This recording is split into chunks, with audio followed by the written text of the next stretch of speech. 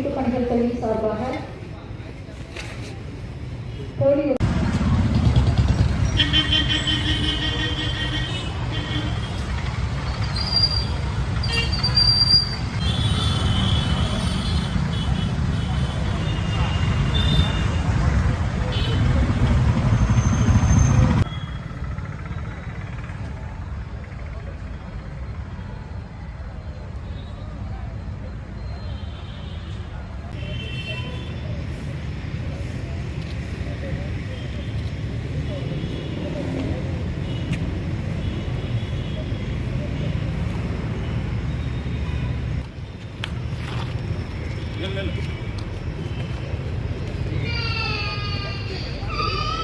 ஒரு குழந்தை வந்து அழுகுது, ஒரு டயர்ல மாட்டிச்சு. பொண்ணு வந்து டிஆர்ஓ பார்த்து ரிப்போர்ட் பண்ணுங்கப்பா. சார், நாங்கள் குழந்தைய பத்திரமா காப்பாற்றிட்டோம். இந்த மூச்சு கருவி வந்து எவ்வளவு புகைசூழ இடங்களா இருந்தாலும் அந்த குழந்தைய வந்து காப்பாற்றுறதுக்காக நம்ம போக முடியும். வெடிகுண்டு பார்க்குற மாதிரி தான் இருக்கும். அப்படியெல்லாம் இருந்திருந்தா இந்தியா ஃபுல்லாக வேர்ல்டு ஃபுல்லாக வந்து எல்பிஜி வந்து சேஃபான ஒரு எக்யூப்மெண்ட் சொல்லிட்டு தான் நம்ம யூஸ் பண்ணிட்டு இருக்கோம். இதை நம்ம எப்படி செக்யூராக பண்ணும்போது தான் இதனுடைய பாதிப்புலேருந்து நம்ம குறையிறோம். இப்போ செல்ஃபோன் வந்து அணைச்ச பின்னாடி ரெகுலேட்டர் க்ளோஸ் பண்ணும். ஸோ இது எப்படி அணைச்சாருன்னு ஒரு சின்ன சொல்லிடுறேன். வெளியே இருக்கிற காற்றை வந்து நம்ம என்ன பண்ணோம், க்ளோஸ் பண்ணும்போது அது அணைஞ்சிச்சு. இவ்வளோ தான் கான்செப்ட்.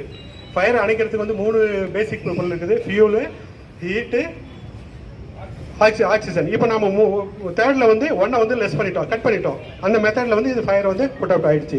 இப்போ ஒரு நிமிஷம், இதை வந்து யாரும் நீங்கள் முயற்சி செய்யக்கூடாது. ஏன்னா இது வந்து எளிமையான விஷயம், ஆபத்து இல்லைன்னு ப்ரூவ் பண்ணுறதுக்காக நாங்கள் பல ட்ரைனிங் எடுத்ததுனால எங்களுக்கு ஈஸியாக இருக்குது. ஸோ இது வந்து உங்களுக்கு அவேர்னஸ்க்காக மட்டும்தான் சொல்லிக்க தவிர கையில் நீங்கள் யாருமே அது வந்து செய்ய ப்ரிஸ்கிரைப் பண்ணவே கூடாது. ஃபயர் சர்வீஸ் வந்து சொல்லிட்டு போனான்னு நினைக்கக்கூடாது. இது முக்கியமாக செய்யக்கூடாதுன்றது வந்து மைண்டில் வச்சுங்க.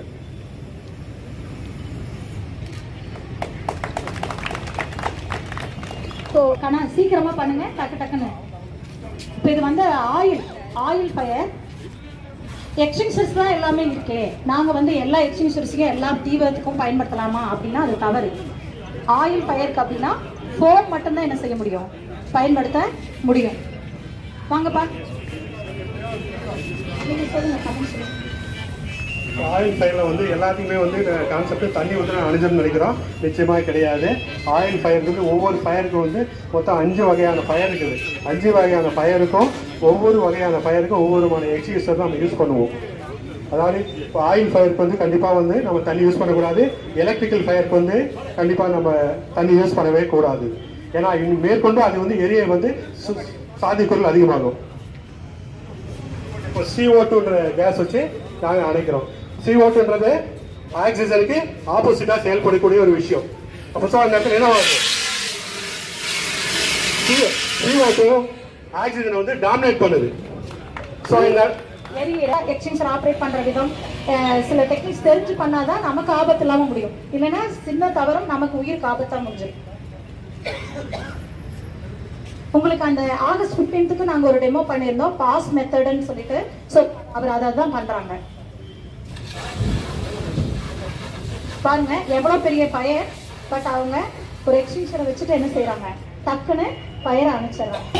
எங்க டிபார்ட்மெண்ட் மூலமா செஞ்சுட்டு இருக்கிறோம். இப்ப எங்கேயாவது மரம் விழுந்துருச்சு அப்படின்னாவோ, ரோட்லயோ அல்லது சாலை போக்குவரத்து கடையிலயோ இருந்துச்சுன்னா கூட எங்க கிட்ட இருக்கிற அந்த பவர்ஷாங்கிற விஷயம் மூலமா நாங்க என்ன செய்வோம், துணிதமா வெட்டி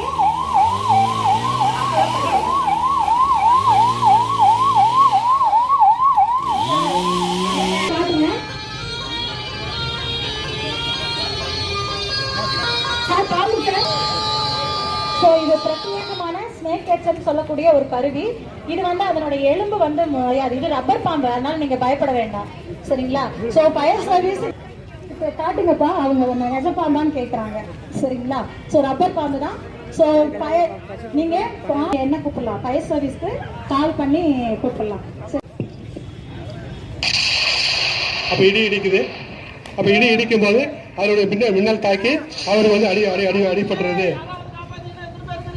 இது மாதிரி நிகழ்ச்சிகள் நாம் செய்யாதிருக்க நம்ம என்ன பண்ணணும், அந்த மாதிரி அவசர வருதுக்கு 108 இல்லை 112 இது போல ஒரு நம்பர் கால் பண்ணீங்கன்னா எமர்ஜென்சியா வந்து சேவ் பண்ணுவோம்.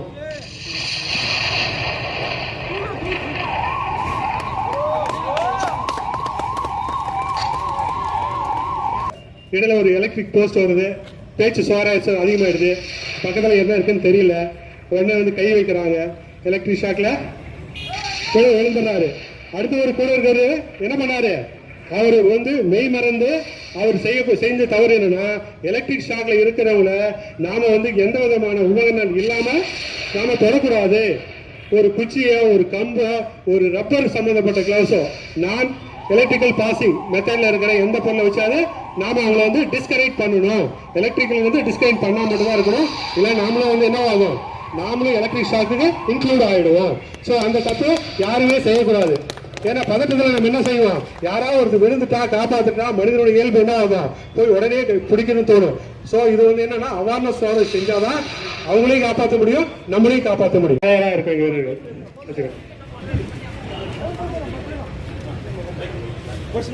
இந்த போட்ல 10 இருந்து 12 பேர் வந்து ரெஸ்கியூ டைம் ஒரே டைம்ல வந்து கொண்டு வந்து கரையை சேர்க்க முடியும். இது அவங்க போடுற அந்த லைஃப் ஜாக்கெட், அதுக்கு பேர் அந்த பிரத்யேகமான விடை வந்து லைஃப் ஜாக்கெட். இது வந்து நீங்க பார்த்துருப்பீங்க டைட்டானிக் படத்துல மிஸ்டர் ஜாக் வந்து மூழ்கி இருப்பாரு. அப்போ வந்து இந்த லைஃப் ஜாக்கெட் வச்சு தான் அவங்க அப்படியே மிதந்துட்டு இருப்பாங்க. நீச்சலே தெரிலன்னா கூட நாங்க வந்து இந்த ட்ரெஸ் போட்டோம் அப்படின்னா கட்டாயம் வந்து அதை காப்பாத்திக்கலாம். பாருங்க, தண்ணியே இல்லைன்னா கூட எங்க வீரர்கள் கேர் பண்ணா நல்லா இருக்கும். ஸோ தம்பி ஸோ தீரத்துறை அவருக்கு லைஃபா எனக்குரிய அந்த காப்பு கருவியை நீச்சல் உபகரணத்தை கொடுக்குது.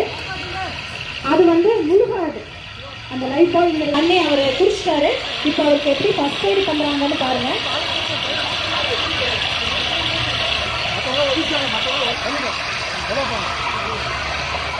ஸோ தண்ணி குடிச்சதுனால இந்த மாதிரி குப்பரை படுக்க வச்சு அவருக்கு ஃபர்ஸ்ட் எய்ட் பண்ணணும்.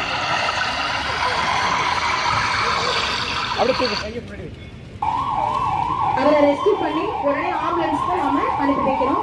அடுத்த நிகழ்வாக